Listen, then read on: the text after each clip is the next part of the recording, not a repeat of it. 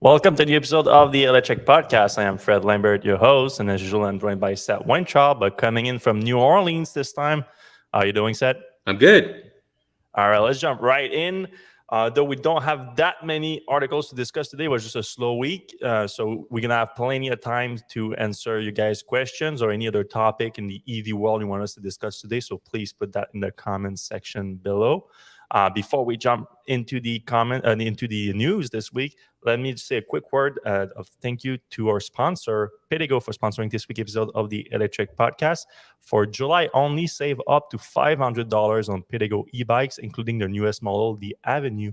You can find a store near you in the show notes. If you click the link in the notes, we're going to have a little bit more to say about them later on the show. So stay tuned for that. But let's jump right into the news this week, starting with probably the biggest news of the week. This video of what appeared to be a leak of the actual, people are a little bit weird about what you're calling this thing here. I'm calling it a people mover. I think it's the more accurate thing, like the less descriptive also. But this people are calling it Tesla van, the Tesla like subway cart. Like there's a bunch of different word for it, but it's basically this here that we've been talking about for a while. The Boring Company people mover that Tesla is supposed to be working on to operate within the Tesla, sorry, not the Tesla, but the Boring Company loops and maybe eventually Hyperloops. So right now it's only the Model 3, Model Y, Model X that are being used inside the tunnels under Las Vegas. But there's been a rumor that Tesla was working on a new vehicle for the Boring Company that can transport up to 12 people. This was actually a requirement in some of the project that the Boring Company has been involved in. And now this week, it was leaked by local video content creator out of Las Vegas, Jacob Horth. He didn't say how he obtained it. He only that it was from within the Boring Company headquarters in Las Vegas. And I'm going to play the video real quick here. It's pretty quick. It looks like a very rough prototype, but at the same time, it looks very much like what we're seeing in this image here. So an all-glass vehicle with what looks like bus or subway benches within the vehicle. And what makes us think that it is indeed a Tesla vehicle is that at one point you can see the steering wheel, and you can see it's a Tesla steering wheel. And it would make sense also if it's a Boring Company vehicle that Tesla would manufacture it, because Tesla has manufactured all the Boring vehicle to date. But yeah, again, it looks like a very early prototype. Would you agree, Seth? Yeah, I mean, it kind of looks like a greenhouse you would buy at like Home Depot or something. But it's interesting that it even has a steering wheel. With the full self-driving autonomy stuff and the very closed loops that the Boring Company runs. Like, I'm surprised that Tesla believes that it will need a steering wheel whenever this thing comes out in whatever amount of years. Yeah, I mean, we talked a few weeks ago actually about the last time you went there, and you said that it was a thing where the autopilot, even the autopilot, wouldn't work well in the loops, so that they really require drivers for the existing Tesla vehicles. So I'm not that surprised that they would need a steering wheel for this one too. And actually, it's a lot more efficient. At least if you have a driver that needs to be there, a lot more efficient if you can fit a dozen people in there than it can fit 3 or 4. Yeah, and also, Las Vegas is quite sunny and hot. I wonder about the idea of building a glass enclosure, if that's smart. If it's going to go outside at all, I don't know if this thing is going to, right now that the cars operate all underground, so I don't know if that's a consideration. Also, you don't need to worry too much about crashing. Hopefully, technically, maybe you do. I don't know, but having a full glass vehicle, doesn't really bode well if you're in a accident. So. Yeah, it sounds like it's really meant to be operated inside the tunnels. But at the same time, why do you need all glass if you're inside a tunnel? Right. Also, what are you looking at? But originally the original Boring Company plan was that, like, that was one of the point when people brought up, like, how is it better than a subway? How is it better than a subway? That was like the main question that people were asking Elon. And his main um, differentiator from a subway is like, yeah, but you can take them to the final destination. So you can take them out of the tunnels after that and bring them to a specific location, which is a good idea, obviously. But yeah, and for the points that you just mentioned, is like, it's not clear if that thing is meant to get out of a tunnel at all, and especially with regulation on the roads. It made sense when Tesla is using a Model 3, a Model Y, Model X, or whatever, like that is already rated to be on public roads. This thing would need to be homologated for that too. So. Mm-hmm. But it's interesting that it looks. I mean, we couldn't confirm that this was obviously from the Boring Company, but it looks extremely likely to me, and the Boring Company hasn't denied it. So it's interesting that Tesla is working on that at least. All right. We also have an article this week on Tesla's comments to the EPA about the latest emissions rules for 2027 to 2032. So they've been submitted earlier this year, and they are about to be approved. But there's public comments that the EPA is taking, and Tesla released its own, and they are unsurprisingly arguing for stronger regulations. And they are using a number that Elon is very fond of, number 69. So instead of the current proposal, which would ask for 50, a reduction of emissions from new vehicle by 56%, which would translate to 60% of new vehicle being electric by 2030 and 67% by 2032. That Tesla Tesla actually makes the argument in their comment that there's a way to get to 100% by 2030, which I agree with. But I think Tesla is playing like the safe card here. Is like, all right, and we're not necessarily going to push for 100% because it's not likely to be accepted. But they want to push it a little bit higher than 67 by 2032. They want to go with 69. I don't know if it's just like 2% more is not that much. And I don't know if it's almost just a joke to bring attention to the possibility to reach 100% by 2030. But which I think is like, I understand why Tesla wouldn't push for that, but I think it's very possible, even though basically every analyst is going to tell you that's not possible. And I understand why, because we are right now we are about at 8%, I think. Between last year we had the last year number. I put that in there, I would assume. Yeah, we were at 5% last year. This year, I think we're trending to be at around 8 to 10%, which is a big jump from 5%. Yeah, if we double every year. Yeah, if you double every year, you get there by 2030 very quickly. Easily. However, it's not as easy as that in terms of the auto industry to just build that kind of capacity of building electric vehicles so quickly in the millions of units. It's around 100 million vehicle building capacity annually, and getting that from 5 million to 100 million is extremely difficult, even though Tesla wants 20% of all that by 2030. So if Tesla can do that, like the rest of the industry can take care of the other 80%. I feel like it's very doable. And by the rest of the industry, I mean like 5 or 6 of them will take like the bulk of it. Then maybe like a few more will take a small percentage, and then a few others will just go out of business, I think, for just being too slow into moving into that transition. Yep. But on the people are not even looking at that as the thing that it's slowing down, they're getting to 100%. They're looking on the consumer mindset. And I agree, that's right now, the consumer mindset would put it at impossible to go 100%, because not 100% of new car buyers want to have an electric vehicle as their next car. Though it's close to 50% in most credible surveys. And that's the important part, is like, you have to be careful with these surveys because they're not super accurate, in the sense that it's hard to, especially now in this market, to find new car buyers. Like people that are going to buy the next car is going to be a new car, because the market is just a mess right now. We're going to get into it with the used car market is even weirder right now, because you would think that price would be going up for used car, as there's more buyers than ever for used car, as new car are becoming inaccessible due to financing options. But it's the other way going around. So we'll get into that. But yeah, I think you can go from 8%, 10%. Let's say that 10%, I think, is achievable in 2023 because of what I just mentioned too.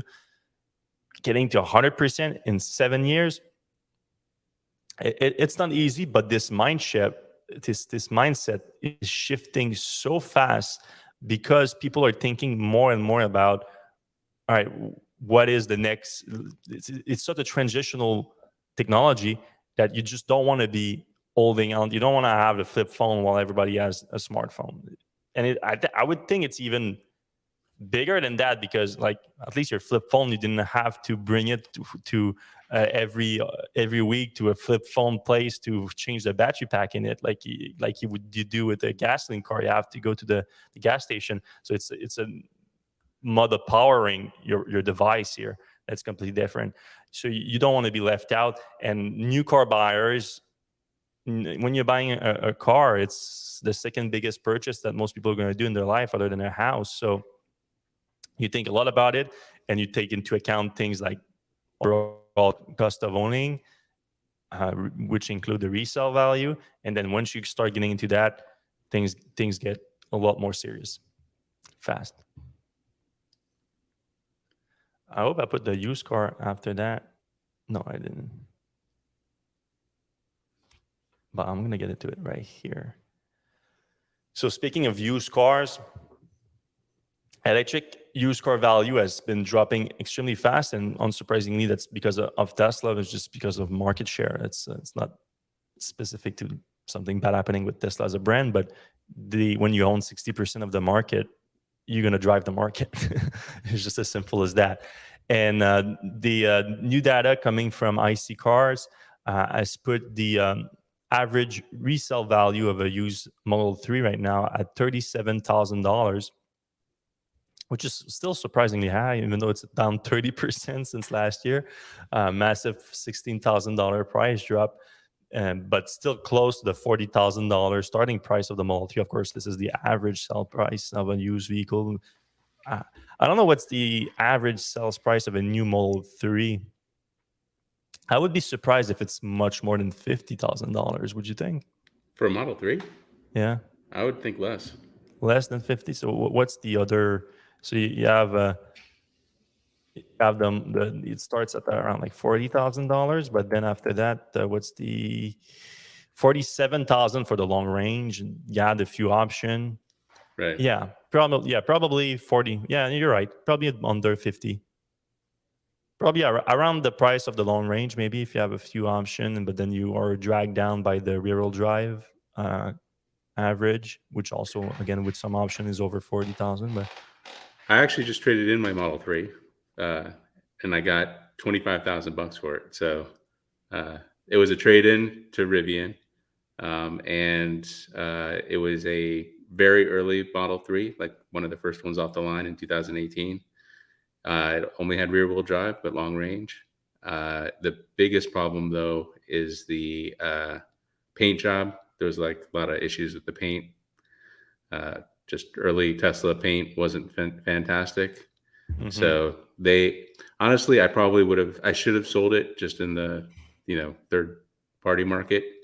I probably could have got close to 30,000 for it, but most likely, yeah. It's a lot easier just to do it this way. And then I believe the sales tax on the Rivian actually goes down by the amount that you trade in. So yeah, that's true. Save money there, and plates just transferred over, easier for insurance, all that other stuff. Yeah, there's a lot of advantages to that. But in terms of the value assigned to the car, yeah, it shouldn't have been $25,000. So it would drag down this average, actually. But yeah, 30% drop in a year, it's significant. But that's across the board, but not 30% across the board. But you can see for other electric vehicles here, like the Leaf, down 19%. Still $22,000 for a used Leaf on average, that seems high. Yeah, Like I wouldn't. especially the older ones that that have like 50 miles of range because the batteries have gotten so bad. Oh, they have the e-pace in there. I don't know if that's. High pace, I think. Yeah, I don't know if it's a typo or they actually use the e-pace and There's they like thought it was electric. there's an F pace though. I don't know if there's an E Yeah. pace. Oh, you're right. Yeah, so it's probably a typo then. But $33,000, is that low? No, it starts at what, new? I think they're over 50. Yeah. Yeah, they're just over 50 new. Yeah, makes sense. But yeah, the used car market right now is way down, and people find it weird because there's a lot of buyers for new cars, not a lot of inventory for new cars. So that normally that would put everything high. But even though there's a lot of potential buyers because the new vehicle market is not hot right now because of financing, the interest rates right now are just so high that it's also affecting the used car market, where people that would get a loan to buy a new car just cannot afford the loan either. So like on a $37,000 average use price on a Model 3, that's still $37,000 that most people don't have in their bank account ready to buy that. So they would use financing still for a used vehicle, and the interest rates right now are just they don't make it a wise decision to buy a new or used vehicle at this point, which is wild. Yeah.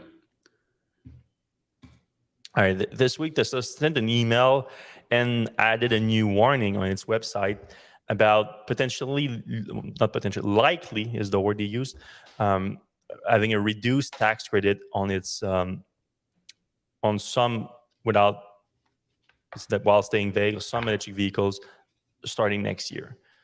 So the way that they phrased it on the email to customers here is the $7,500 federal tax credit will likely decrease after December 31st, 2023 for some models, new Model 3s and Model Y vehicles delivered by December 31st, 2023 still qualify for the full credit. So they say some models, they don't even specify which one. But then on the website, they do add a similar warning, which is reduction likely after December 31st on Model 3 and Model Y. So yeah, that's I called it a self-serving warning, obviously, because it does create some urgencies to take delivery by the end of the year, place an order and take delivery by the end of the year. But it stays vague, which also helps to the self-serving part, because now you don't know, okay, does it apply to the Model 3? Does it apply to which Model 3? Now, obviously, we have some kind of idea about this, but we cannot confirm it, is the fact that Tesla did have the base Model 3 to full tax credit earlier this year, which wasn't the case when the reform of the tax credit happened starting January 1st. And we thought that Tesla at first didn't get the full credit because it was using battery cells from China. And it's not clear how they gained a few months ago, last month, actually, early last month, when they gained the full tax credit on the Model 3. Like, no one knows how that happened, because the requirements is pretty clear that you need to have percentage of battery components that are from the US or from countries that have a free trade agreement with the US, which doesn't include China. So the most likely thing that happened is that Tesla was like on the battery component parts, which was 40%, I want to say. I'll put that in there. For the battery component, it's 50%. So 50%, maybe that sounds weird, because I would assume that the battery cells account for more than 50% of a battery pack. I mean, it depends how, I guess, they're like, if it's by pound, if it's by value. I don't know how they calculate the percentage. But anyway, maybe Tesla was right on the verge, but that doesn't explain why it was at first and was not. And so maybe like a different analysis of the component, or they did change something that brought them right over 50%. I don't know. But this is going up from 50 to 60% of battery components in 2024. And for the critical minerals in the packs, it goes from 40 to 50%. So most likely one of those requirements won't be met by, again, Tesla says some models without specifying which one, which is not really fair. But yeah, I would assume it's at the very least the base Model 3, but maybe others. We don't know. And we still don't know how the base Model 3 is even able to get any kind of tax credit. Well, they would get half of it. Right, but how do they get the full credit when we know that they're so Chinese? either a different analysis of the battery component that was submitted and then they granted the thing, or maybe Tesla did change, like maybe they were like right on the verge of 50%, I want to say, and then they changed like little things and that came in. But again, like I said, like I'm thinking the battery cells have to account for more than 50% of a battery pack's component, no? Yeah, for sure. I don't understand, like, and it's also a little frustrating that Tesla doesn't, communicate about that. But maybe like the EPA would know, like if we said, hey, like how does Tesla's Chinese LFP pack qualify for the full tax credit? Maybe somebody there could tell us. I'm just trying to think how we figured out this mystery. Yeah. Get on the phone. Yeah, get the phone with the IRS. Always fun thing to do. No. Yeah. There was another new. There's been a few leaks in the last few days from the Gigafactory Texas, like people posting from inside the factory. I would assume there's going to be a crackdown on that soon. But there was new images this week of these actually Cybertruck bodies that have been posted to social media. They've been deleted since, but the people at the Cybertruck Owners Club grabbed some pictures before they were deleted. And you can see the Cybertruck's body, which looks very similar to a picture that was released a few months ago. And you can see the rear and the front have those giant gigapress parts, casting parts that looks like one big piece on each side, which is encouraging. But other than that, it brings up again the debate of like, where is the exoskeleton?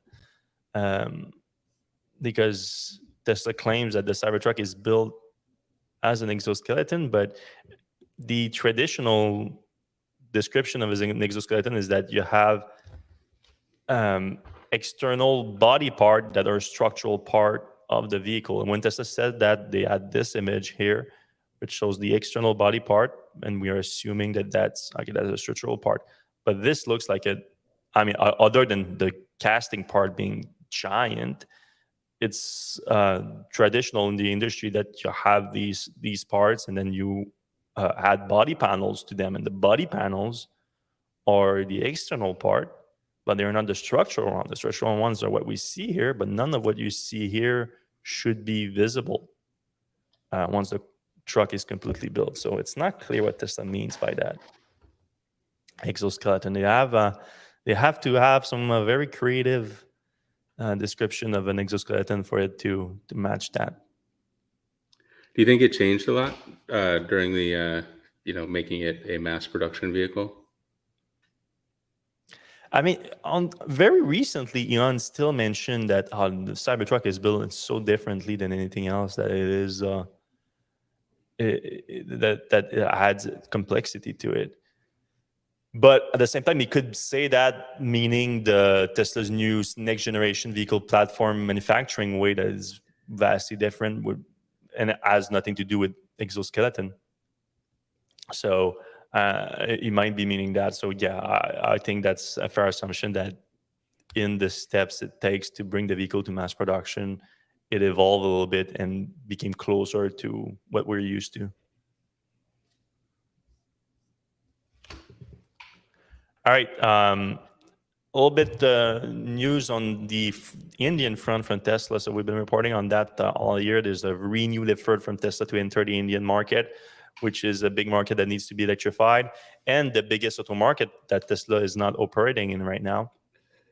They tried to for a few years between 2018 and 2021, couldn't get into an agreement about importing vehicles.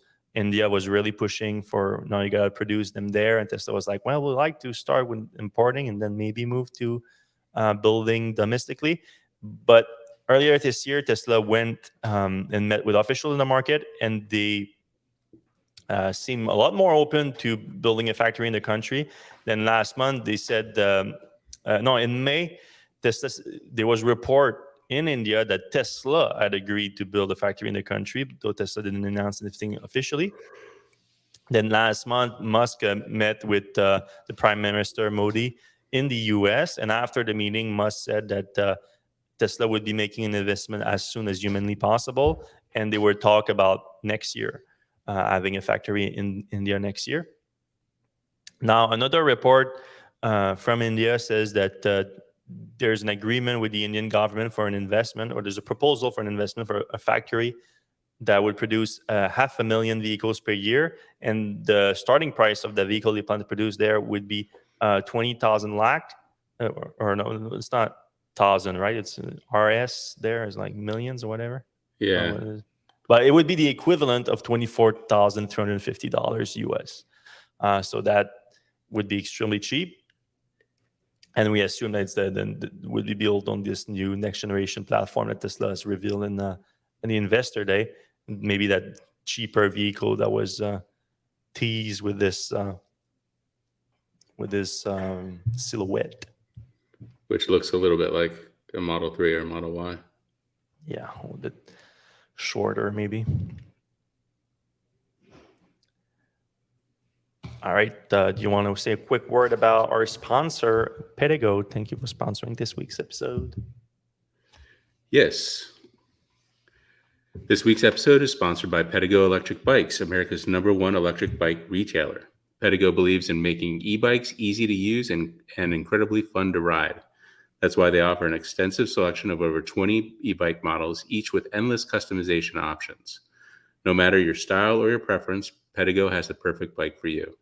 That includes the Avenue, the company's newest model designed with a classic European look paired with modern features. It has a 500-watt motor, 48-volt battery, and a range of up to 56 miles on a single charge, making it the perfect e-bike for commuting or leisurely rides around town. The Avenue comes in both 28-inch classic and step-through frame and a 26-inch step-through frame, making it accessible for any rider. With over 220 stores across the country, staffed by knowledgeable local experts and dedicated service technicians, Pedego ensures that you receive personalized attention and support every step of the way. Pedego also offers a 5-year warranty on all e-bikes, which is among the longest in the market. In July, Pedego is running an exclusive promotion for Electrek listeners. You can save up to $500 on their bikes, including their newest bike, the Avenue. You can visit pedego.com/Electrek to get access now or hit the link in the show notes. Thanks again to Pedego for sponsoring. Here's the Avenue. Good looking bag. Yep. And their stores are pretty cool. I don't know if you've been to a Pedego store, but they're kind of like they're Apple stores for e-bike stuff. And even if you don't have a Pedego bike, like they have a ton of accessories. It's fun to go shopping there, especially if you have a gift to get for somebody who's a biker and e-biker. And I cannot emphasize this enough. You need an e-bike for the summer. It's just so fun. Like you're gonna start using it more than your car. Every time you can use it, you can avoid using your car. You just jump on the e-bike. So fun.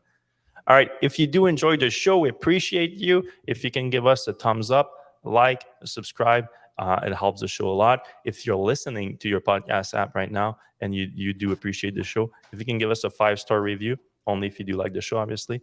It takes a second to do it, and it helps the show a ton. It's easy to do, and we appreciate it.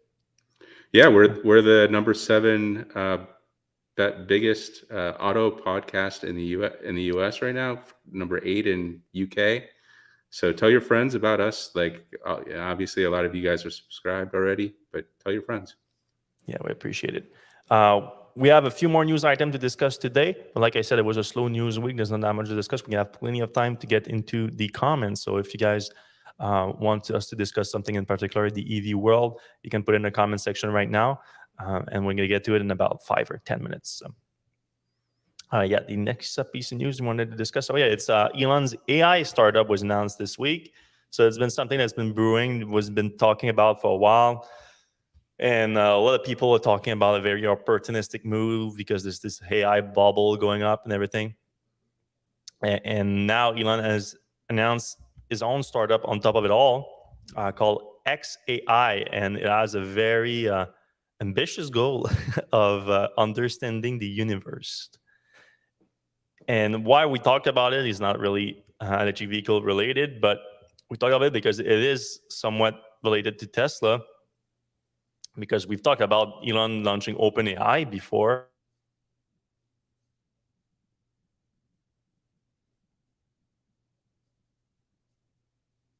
The AI business. So now it's weird because he's just launching a different AI startup. So obviously, I think it was the easier reason that was given up for him quitting OpenAI, other than like they didn't agree on the direction that the company was taking. Elon was taking a more fearful approach to AI than OpenAI, let's say.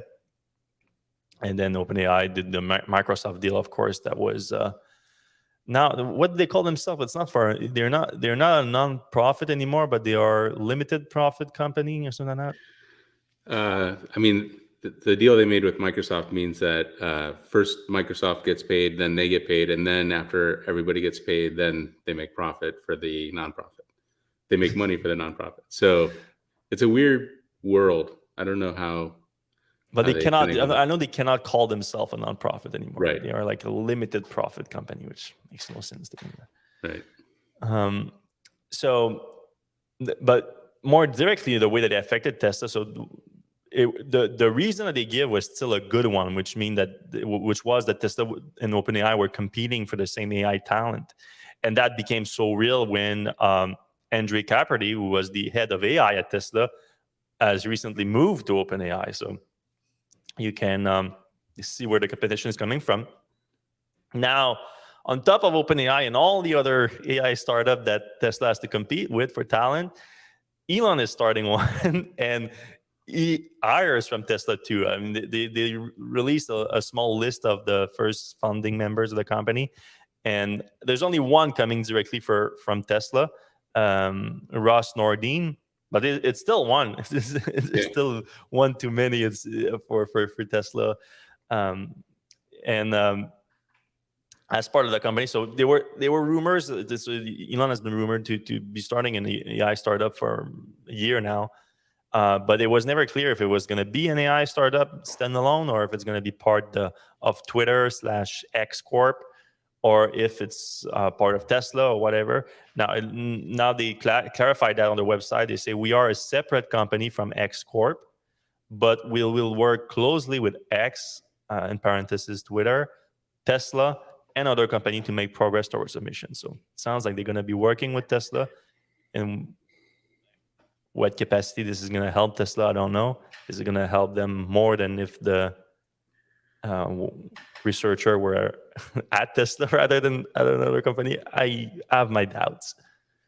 I mean, he's calling it X AI. Yeah. So it seems like it's part of X, which is Twitter, but he says it's separate entity. I mean, I'm sure they're going to be using Twitter to like farm out, the Twitter language models and stuff. Oh, for sure. All right, that was a fun one. Republicans try to stop military electrification with mind-bogglingly dumb proposals. Okay, this is not colorful language just for fun. It's not clickbait. Like once I read the proposal, even if you vote Republicans, you're gonna agree with me if you know anything about electrification and electric vehicles. So the House of Representatives right now is debating this week the National Defense Authorization Act, which is this annual military budget, but for the Pentagon, basically. Which, if you don't know, the Pentagon is the world's largest institutional user of fossil fuel. They burn more fossil fuel than anybody else because they operate a fleet of close of 500,000 vehicles, I think.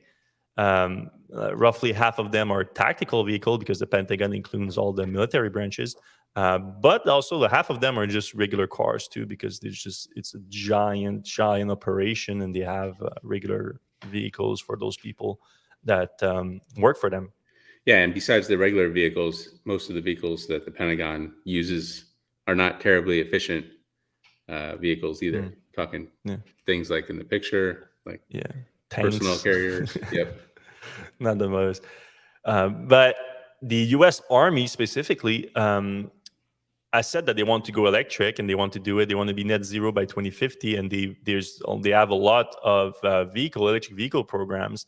There's electric vehicle programs to other military programs too, like DARPA and I mean even they're testing EVs, electric planes. They're testing everything, and as the world transition to electric propulsion, it makes sense for the military to keep a close eye on that and see where they can electrify too. Not just for, I'm not even talking from an environmental basis here, but a tactical basis.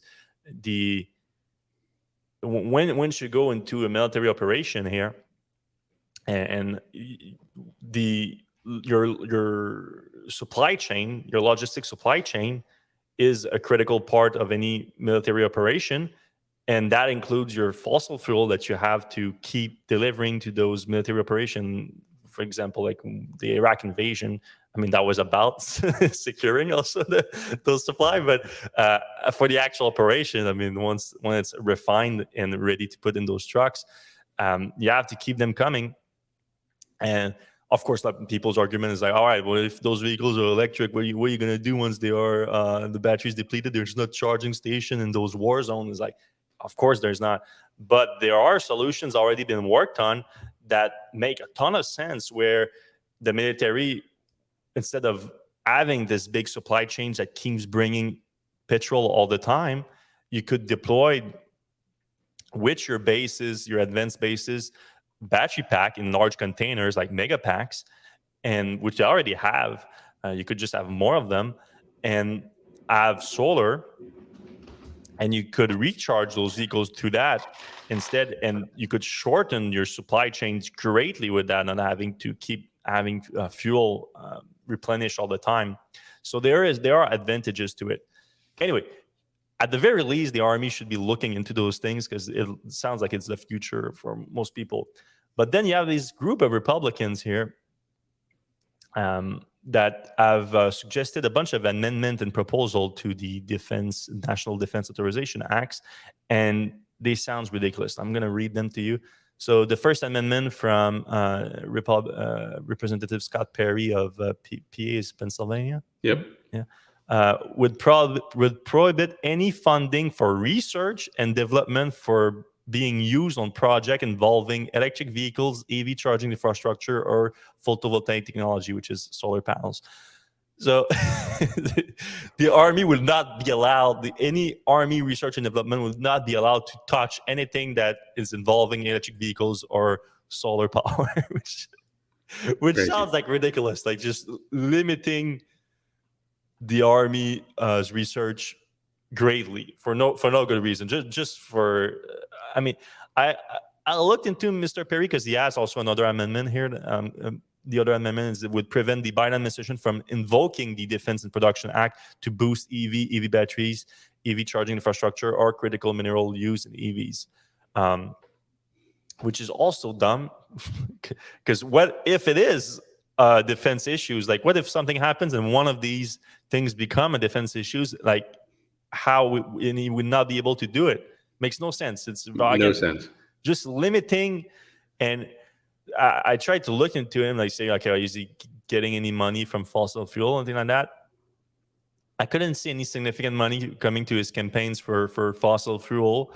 But that's the thing, though. They don't even need to be bought at this point. They just need to have been properly influenced by fossil fuel propaganda, and these things happen because of that. It's just as simple as that. He has received money, though, from the Dealerships Association, but I don't think the dealership would go as far as like suggesting those things. But still, another one from Representative Lauren Bilbert, okay, from Colorado, would require the Defense Department to terminate any contracts for electric non-combat vehicles. So not only they wouldn't be allowed to buy new electric vehicles, they are, if they have current contract, they would need to revoke them. And that's for non-combat vehicles, so they can be. That's quite a large thing to say non-combat electric vehicle. That's basically any electric vehicle that exists today. Right. So some like, campus Pentagon like gem vehicle that's, moving boxes around. Yeah, Got to get that yeah, out of there. makes no sense. It's crazy. Then the last one is from Mr. Paul A. Gosser from Arizona. Would authorize soldiers in will authorize soldiers and civilians at the U.S. Army Yuma Proving Ground in Arizona to use non-electric vehicles. Why would they need that? Is there anyone preventing them from using non-electric vehicles? This one is the craziest of them all.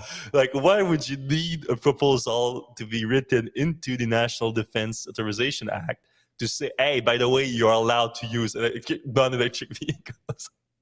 As if, unless I'm mistaken, and there is something in the most recent version of the act that says that everyone's going to have to use EVs now. But I think that would have been big news at this point. But I don't think that's the case, because if I can read you a quote from Mr. Gosar, you're gonna gauge the level of intelligence here from the Mr. Gosar, from an actual elected official here. The military is no place to experiment with untested technology. This guy has never heard of DARPA before. The combat readiness and training of soldiers and equipment is jeopardized by the compelled use of electric vehicles. Further, the EC equipment in the EV unit do not work in the desert heat, constituting a health risk to personnel. So, guys, just making making things up now. Like, ECs don't work in EVs. Like, all right, never heard of that one before. Like, AC do use battery, yeah, like, just like it would use energy in the gasoline car too. Yeah. It's not, What AC actually doesn't use electricity? Like, yeah, it's ridiculous.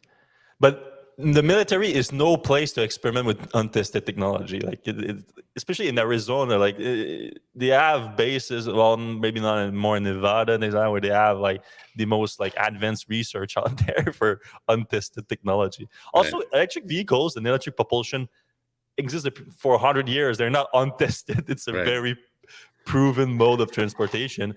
Now, maybe not in tactical and combat operation, but it would be useful for the army to be able to test it. It's complete nonsense. I mean, Yeah. Meanwhile, in Scottsdale and Arizona, Phoenix, it's been like 110 degrees Fahrenheit for 2 weeks straight. records, Just heat, yeah. records just going, like, people can't go outside, and Nothing to do with climate change, though, of course. of course not. Yeah, just a coincidence.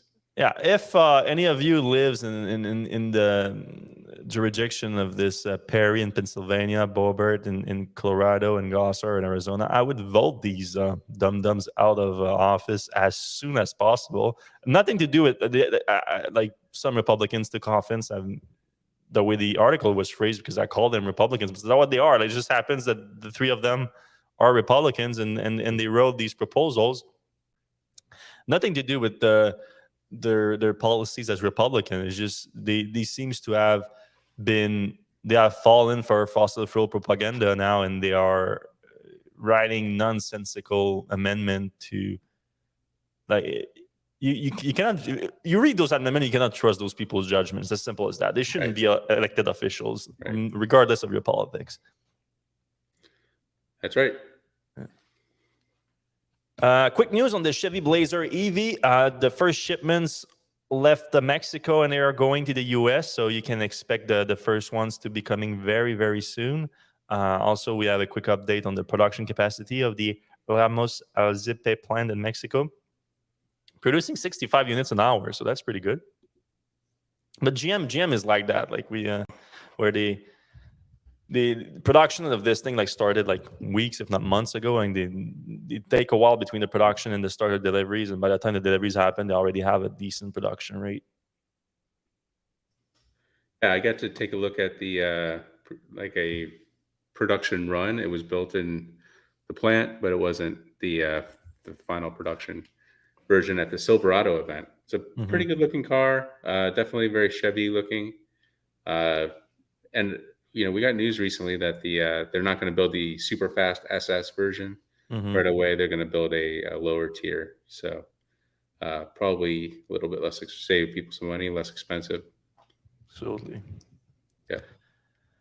The Taycan is cooling off a little bit. We were a big fan of the Taycan when it first came out. I'm a bit disappointed in Porsche, of course, for not having anything else since the. Well, I mean, they have the Cross Turismo version, but it's pretty close to it's still a Taycan. It's still called a Taycan. Yeah, I mean, we were expecting the Macan by now. Yeah, by 3 years ago. Right. So yeah, they are pulling a Nissan of having a big gap between their first and second electric vehicles. If you don't count the Nissan ENV, whatever the van that they had in Europe. Oh yeah, NRV or whatever. Yeah. So 2021 was the biggest year for the Taycan.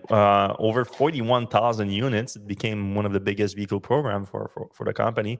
But then things went down in 2022 with 34, just short of 35,000 units. And now they are tracking down again in 2023. They had 9,000 units in the first quarter, but the second. So the first half, they are at 9 units short of 18,000 delivered in the first half of the year. So it's actually not. Well, okay, it's tracking down year over year compared to the first half of last year. But I mean, if they still go at that pace, they will have 36,000 units, which would be a little bit higher than last year. So we'll see. But yeah, year over year, it is down. Yeah, I mean, I don't know what's holding on. They need that Macan as soon as possible. I mean, what's taking share from the Taycan? Is it Tesla's Model S refresh coming out? I mean, then there's the Mercedes. Right. In that segment, there's a lot of electric. Like if you're not buying electric in that segment right now, you don't know where you're going because there's plenty of options between the Tesla, the Porsche, the Mercedes, the BMWs. They all have great high-end sedan options at this point. Yep. All right, that's it for us on the news. Let's jump into the comments before leaving you guys. All right, Mike the Car Geek says fake engine noise and fake transmission shifts in an EV, terrible or terrific idea. I think Lexus or Toyota is having doing transmission noise. What do you think? Fake? Oh, there's a bunch of them now. This is not just Toyota. A bunch of honestly, as long as it's optional, I don't care. Like make it an option. Like if some people like it, all right, take it. Some people don't like it, you turn it off. That's it. Like, I mean, personally, I would not. I want to have the natural noises that comes with electric engine, which exists, which are not as loud as a ICE engine, but still. Yeah. But yeah, options. I'm all for options. Yeah, one thing that not everybody thinks about is that the RPMs of an engine, when you hear them and can feel them, it can kind of give you an idea of how fast you're going. You know, if you're going 80 miles per hour, it's a little bit higher pitch than if you're going 60 miles per hour, especially if you're in top gear. And that doesn't exist quite in the same way for electric vehicles, although it still has a noise. It would be interesting to see if that was an option, like instead of just like fake engine noise, if you had like a pitch where like, all right, in the background, a low, pitch that, so you would kind of know by the pitch how fast you're going. Yeah, some of them I tried to recreate that, I think, in some degree, but still should be an option. All right, Carl in San Diego says that's just a failed mock-up of the Las Vegas fiasco vehicle. Seemed kind of real to us here. Dan Oberstay, Mike the Car Geek, if the sound is inside the passenger compartment only, and if it can be turned off if you don't want it, it's okay, just not for me. That's kind of our stand as well. Glenn Stanford, question. I want to upgrade my 2020 Model 3P, but don't want to lose my FSD. Biggest increase in value ever seen in any asset class in history. LOL. Surely this is holding back sales for Tesla. Glenn, we talked about this a lot last week. Yeah. So go back and listen to that podcast. Yeah, that was last week's episode. Basically, you're talking about. Right. We push very hard for Tesla to allow the transfer of ownership in FSD. And I still think that it's going to happen at some point. Tesla's just not going to, there's going to be so many people holding on to their old cars because they don't want to lose that $15,000 of value. So our feeling, I think, if I can speak for you, is that Tesla at some point will allow you to take it with you, or maybe turn I it mean, in. I hope. Right. I don't know if I think that's the will though. Like, I don't Okay. know. Yeah, and going forward, maybe it makes sense if you're buying into the full self-driving, maybe buy in on a subscription basis if you don't know how long you're going to keep your car. Paul Price, hi. Does anyone know which battery is in the 333 mile 2023 Model 3 long range all wheel drive? It used to be 358 miles at the end of 2022. I think we talked about that 2 weeks ago or 3 weeks ago. Yeah. Well, whenever it came out, yeah, we weren't sure. It's not clear. Yeah, and it hasn't come out yet. The deliveries should be starting though. So Yeah, we were thinking there might be a chemistry change or something. mhm. This is from LinkedIn. What is big thing in Tesla and price of internet down? What is the rumors? I don't know. No, Wait, I'm what not is sure what you're referring to right now. Oh, in regards to the e-Pace and iPace, there is an e-Pace. It's funny. I was actually looking at the website after I saw this comment. It's upcoming, and the European model is shown. And actually, on the page, Jaguar has a picture of it charging with a electric vehicle charger.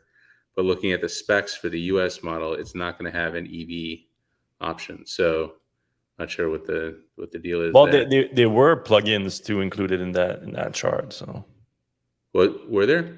yeah, Okay. yeah. There was like the So Range maybe it's Rover just and all that. The Range yeah. Rover plugin. And All right.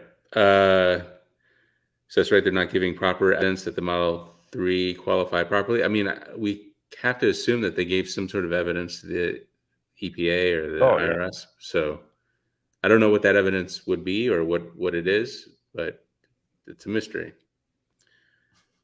Mike the Car Geek, why don't Teslas qualify for used EV tax credits in the U.S.? They're not on the official IRS list. Does Elon not want to lure people to buy used? What do you think? What are the requirements for the used car tax credit? We had a list of those. It might be that it comes from a qualified dealer, which Oh yeah, that's the big one. Yeah. so. But Tesla has dealership license in most states that it operates in, so it should technically be okay on that.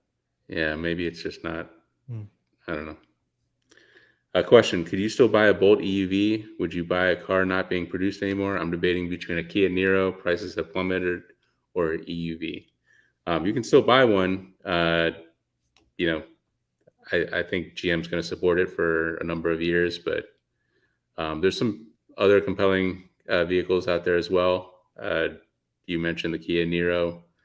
GM's going to have the Blazer and the Equinox pretty soon. Ford's Mustang is a little bit bigger than that, but still quite compelling. Model Y.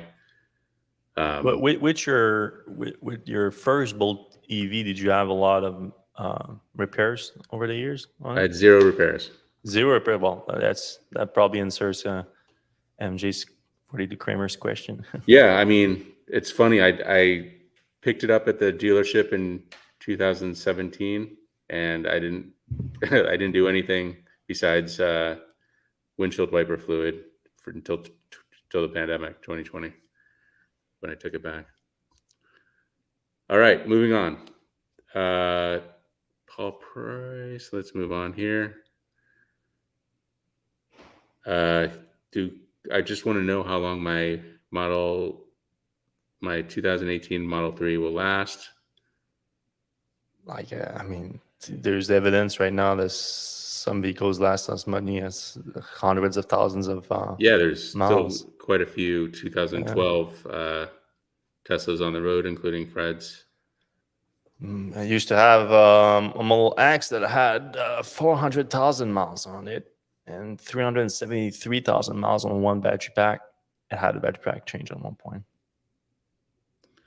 All right, Joseph De La Fuente. They acid test for the exoskeleton claim of the Cybertruck would be to start cutting large holes in the body panels once you take delivery. Is the car still drivable, or does the structure implode? Yeah, I'm gonna leave that to you, Joseph. Which Yeah. you can do that with your own Cybertruck.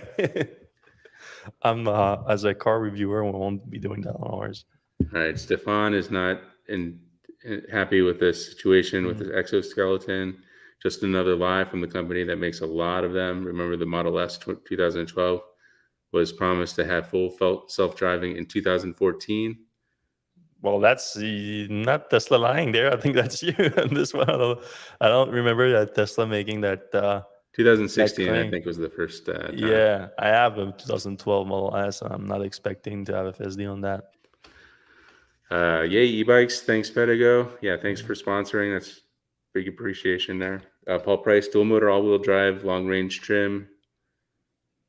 So what is the new battery maker and size? We don't know that. Mhm. It's kind of weird, the level of transparency right now. Like people are buying cars, they don't know where the batteries are made, what batteries they're getting. Mhm. All right. Will we reach out to Fisker for a deep dive on their impact report? They released a life cycle assessment for the ocean and directly compared it to Polestar in that report. Important news. It's something we could look into. I think Scooter would be kind of the guy to find out stuff about that. So I'll see how he's. Yeah, he covers Fisker a little bit more, but I mean, the impact report. What do we need They're to not a compare big that player to at this point, Polestar? Yeah, I'm not and sure. also Magnus building. So, all right, Techman Rob, question: we know how Tesla FSD is powered by AI. How about another self-driving company backed by Microsoft called Wave? Do some research on Wave, AI-powered self-driving car in London. Okay, Well, I think all self-driving cars are AI powered, but right. I'm not familiar with Wave actually. What do people think of Tesla's current voice commands? Have other EVs caught up? Do they need some AI help? I will say Are this. you a big user of Tesla's voice commands? I'm not a big user of them. Yeah, I do it sometimes. Yeah. They're pretty good. I would say not as good as Google's, just at understanding and kind of getting context. Um, Probably not as good as Siri either. A lot of cars have CarPlay or Android Auto, so they're not quite in that space yet. And even like Mercedes has a pretty good like Mercedes, rear Mm. windshield wiper or whatever. Um, so I would say Tesla's probably middle of the road. And now we're talking about the Yeah, the the mil- comments from the GOP. military stuff. Apparently, the GOP haven't heard of DARPA, which is the Defense Advanced Research Project Agency. With Dan Oberste, without a need to protect fossil fuel sources, the U.S. military will lose a majority portion of their mission. It's an interesting take. Yeah, I mean, there is this aspect of the war machine and the uh, industrial military complex, but even then, it's all about like funding money into the military. It's not even like cutting the budget, and that is just like, can some of the budget go to having military electric vehicles? And it's weird because it's it's taking the decision making out of the hands of the Yeah, experts. So like you're saying, all right, I this know more idiot, than the army. I know more what you need than the army. right? The idiot Congress Mm, people are saying like these, the smartest people in the world mm. who do this stuff are wrong. I'm right. So dumb. And the military is asking for electric vehicles. They Right. want them. Or at least they want to look into them. They have various programs right now in place to electrify even tactical vehicles. And they're like, no, you're not allowed to do Not allowed, that. like little children. Drew Warkinston, the military has often been the one pushing technology forward. So Yeah. much of the tech we have now came out of military research. It's strange that they're slow to adopt electric vehicles. It's I true. mean, it's not exactly strange because like you need people to build them. Yeah, like you need companies to build those tactical military vehicle. We talked about the GM defense last week or the week before that. So these need to happen first too. But yeah, All right, Drew Workenstein, is there any truth to Representative Gosar's comment about EV air conditioning? I can think of any reason that ICE vehicle AC would work any better or function any different than an EV's. No. Yeah, a internal combustion engine vehicle is using an electric air conditioning as well as it's. What it might be, what you mean, I think it was referencing is that if you run AC, you're drain the battery pack faster. But okay, but you also drain your gasoline tank faster. Right. So like, what are you talking about? He doesn't know what he's talking about. All right, here's the weird one. Question: have you ever asked Tesla if they will build electric buses? We need more shared use of mass transit, and Elon's statements about serial killers was counterproductive. I think he said something about not wanting to take a bus because there's. Do you want to sit next to a serial killer? Boy, yeah, he's a genius on this stuff. Right. Yeah, I mean, in my article about the People Mover League, I did reference the master plan part 2, and that in that second master plan, Tesla, Elon mentioned several new vehicle program, and Tesla made all of those except for a Tesla bus or mini bus that he mentioned at the time. So yeah, it hasn't always been in the plans. There was a talk briefly about using the Model X chassis to make a minibus. That never came to fruition, but yeah, it sounds like this weird people mover thing is really something that they are planning to do. All right, the Hyundai Ioniq 5N, which I think is going around Goodwood right now in England, is the new car that's doing crazy fake shifting and first on a production car. So fake shifting is not Toyota or Lexus, but it's the domain of Hyundai. Nick Cedar, most used Teslas aren't under the $25,000 limit. So that's another stipulation of the IRA for used cars. There's not a lot of cars under the $25,000 limit these days, though. But my Tesla Model 3 was. Yeah.